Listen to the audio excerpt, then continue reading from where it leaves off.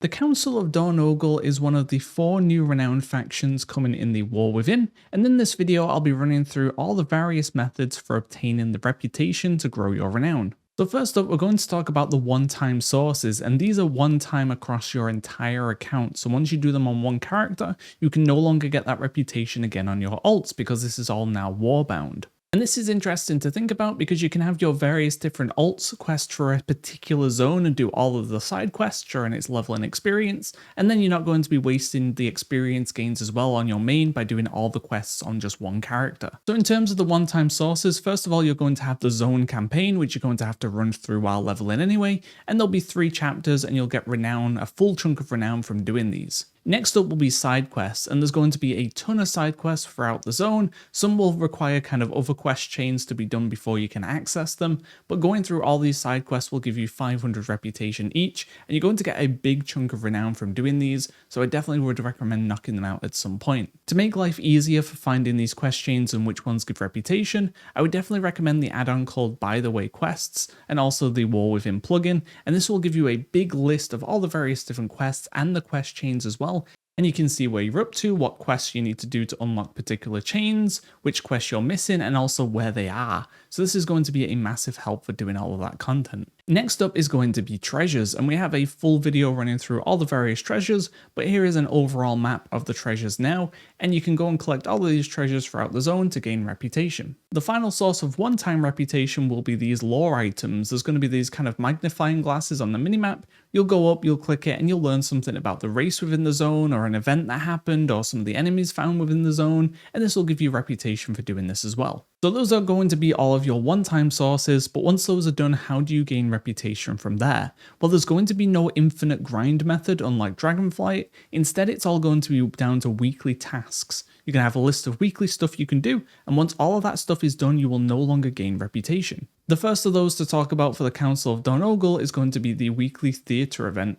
You'll head over here, and you'll be able to pick up the quest, and it'll basically just be to take part in the theatre event. You'll do some objectives, you'll complete the entire event, then you'll hand in the quest for 1000 reputation once per week per account. The next method will be your weekly rare spawn kills. There's going to be a ton of rare spawns all across the island, the majority of them, if not all of them, being max level rare spawns, and killing these will give you 150 reputation each once per week per account. And we'll have a map up now showing you all the locations, but if you want a specific video on where to find them all, then there'll be one in the description down below. The next source is going to be a weekly dungeon quest. There's going to be a quest you can pick up from the capital, and this will be to do one of the various War Within dungeons. You can do this with followers as well if you want to make it a quick, easy process. You'll go in, you'll clear the dungeon, and then you'll be able to hand this in for 1.5k reputation. However, there is a catch. You can only pick one faction that you want to give this reputation to.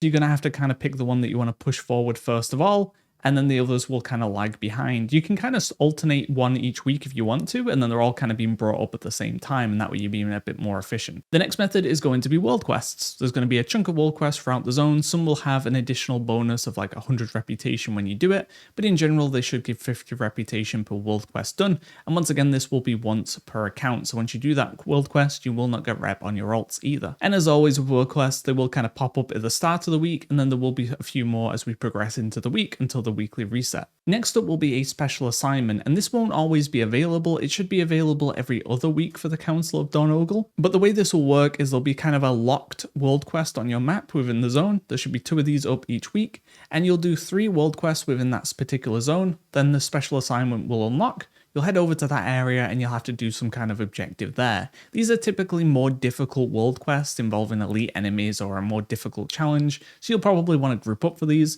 and once you complete the special assignment you will get 200 reputation. And then the final source is going to be applying a contract. However, a contract is going to be applied to your entire account, so once you put one on, all your alts will share the same contract as well. And depending on the rank of contract you have, this will either give 5, 10 or 15 reputation with each world quest you do.